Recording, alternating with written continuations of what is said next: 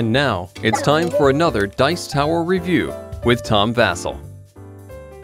Time is always a very interesting theme in games, and Legacy Gears of Time is about traveling in time, about going back in time and changing time to suit your purposes. That's a very interesting concept, but honestly, most games do a very poor job at dealing with time.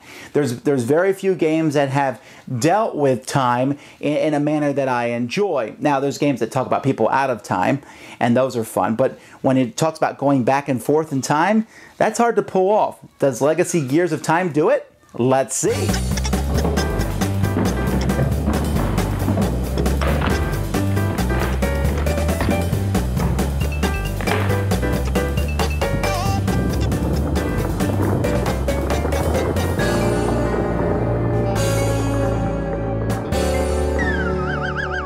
So here's the board for Legacy Gears of Time.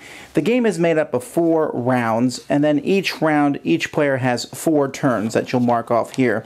And they'll be going in a turn order, which is determined here. At the beginning of the game, it's random. Actually, it's not random. It has one of the coolest starting things for a game.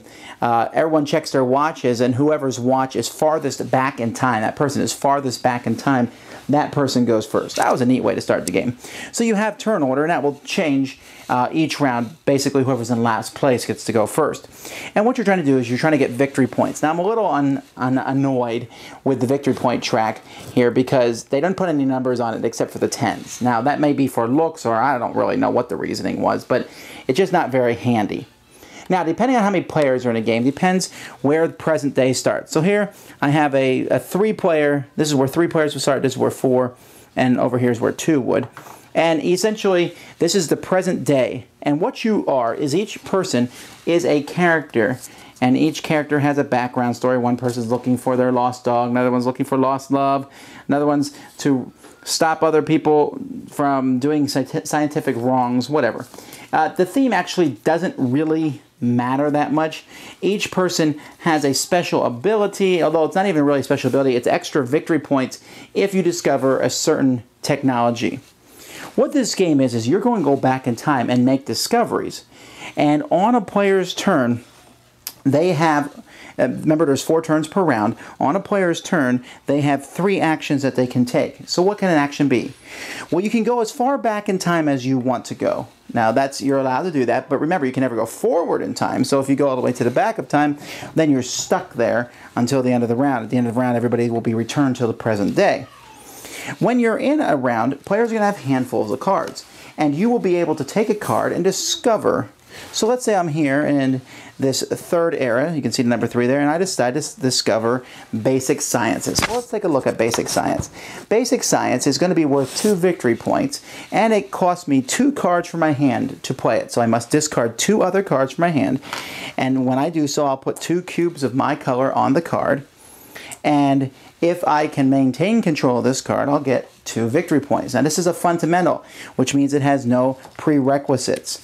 And so there are many different fundamentals that can be discovered. In fact, the number above the era, number 3, shows that only 3 things can be discovered. So fewer things can be discovered the closer you get to the present, while in the past, you can see I can discover 5 things. After each round, the present day is going to move, and so are all these numbers, and then we'll add a 6 to the end here, and so you can see the number of discoveries in each era can change. But anyhow, I can build these fundamental cards that are already listed here, and you can see there's basic science. Maybe someone else put agriculture, which only cost them 1 card from their hand. So you use cards in your hand to pay for these. Now, if someone else is going to put basic sciences in an earlier era, that means they discovered it, let's say, in 1630, they discovered basic sciences before 1730, when I discovered it, well, then they're going to take precedence over me.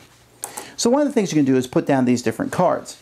Another thing you can do is if you have any cubes, and you won't the first round, but in other rounds after that you will, you can put down cubes and maybe take over somebody else's technology that they've played.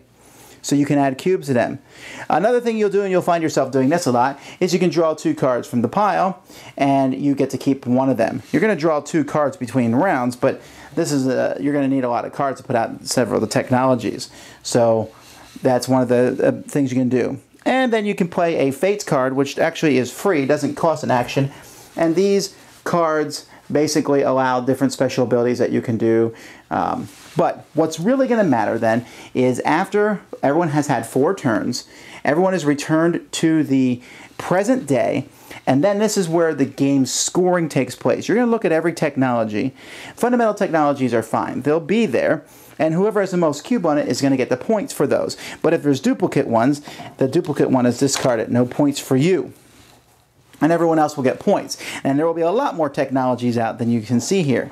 Now, for some technologies, you have to make sure their prerequisites are out. For example, let's take a look at this railroads car. This needs the combustion engine out. It also needs the wheel and fire. Well, the combustion engine needs the wheel and fire. So, if the combustion engine and the wheel and fire are all on the board, then I'm going to score 5 points for railroads. But because I did that, the person who controls combustion engines is also going to score 3 points. So you have to put these cards down in a future era because everything needs to come before it that you need. So if I have if I have railroads here, then I'll probably need to get combustion engines in an earlier era for that to work. And before combustion engines, I'm going to need the wheel and fire, which are 2 fundamentals. The more prerequisites that a technology needs, for example here, we have an analytical engine. You can see it's worth 7 points, but it needs electricity, it needs logic, it needs printing press, and it needs writing. And for the electricity, logic, and printing press, they're all going to get points when this one scores. So these are usually placed much later, the bigger ones, while the other ones are earlier. After everybody has scored for all of these, the person who scores for each one, or if both people score because there's a tie, will take a cube off. So many of these will be cubeless because several of them have 1 cube, or as time goes by, the cubes come off. And those cubes will come in front of a player and they'll be able to put those out in another turn as long as it was successful. If it was an unsuccessful technology, it will still stay there, but 1 cube will come off and that cube will go into the reserve pile where people will keep those cubes until you're able to play more technology cards to get more cubes out. So some cards will have no cubes, and at the beginning of next turn, before we evaluate the technologies, if there's no cubes in a card, that card will disappear. So as more and more technologies are put out, people are going to have to go back and take over these technologies in these earlier eras so that they can control them. So it becomes a very thinky game. And I should mention right here that because if you see how the board is, because of the way this is all set up, players who sit on that side of the board have a very difficult time. I'm a very upside down board game player. I like to play games upside down. I don't mind that. But here I needed to see these cards all the time. And so I was constantly having to go and kind of turn the cards upside down to look at them. So if you can, everybody should sit on the same side of the table. After 4 rounds, whoever has the most points is the winner. And it's pretty simple, but there's a lot of fighting back and forth for these technologies. Let's get to my opinion. Well, surprise of all surprise, Legacy's Gears of Time is a good game. Now, not perfect. Rulebook, proofread your rule books. Okay, listen, folks. If you're going to make a rule book, you've got to take a picture of your setup and put it in the rule book so that when you explain things, and I say, well, I don't really know what they mean when they say put that there, you can look at a picture of the setup and see. There's a lot of things in here, and there are some really important rules that are mentioned briefly once and are a really big deal. Now, I was able to understand it, but it took me, it was a struggle to get through it, but I think I understand it now. Also, like I said, there's a few things in the board. Some you're gonna love or hate the artwork, probably. The scoring track I mentioned, I didn't really like that, and because everyone had to sit on one side of the board really to see it. Not to mention you have to push the board up because you're putting a lot of cards underneath it. Okay, now that's all minor, mechanical. Could have been fixed before the game was produced, but hey, what do you know? Now, the gameplay itself is very thinky. You're going to sit there the whole time thinking, okay, if he puts his fire there, I can put my fire back. You have to sit and debate, how far back do I want to go in time? Because it kind of works like this. If you go back all the way to the back and you build your prerequisite technologies, well, you can't move back on that turn and build the ones that they work for. So you can move back and build the technologies and hope you get the prerequisites later on to get them. So there's some very interesting back and forth on that, and with some players building the prerequisites that you need, and then players stealing, building a little bit earlier than you. There's a lot of back and forth in this game that's very interactive as I take your technologies or build the same technology in an earlier phase. Also, when you're building a technology, I say, oh wow, a lot of people want the prerequisites for basic sciences, so I better get that on the board and get the points for that. So there's a lot of that back and forth. I do wish maybe there was a few more special cards. The special cards are very powerful, and you've got to play them at the right moment because it can make all the difference in the world. Canceling out one of the prerequisites you need for technology.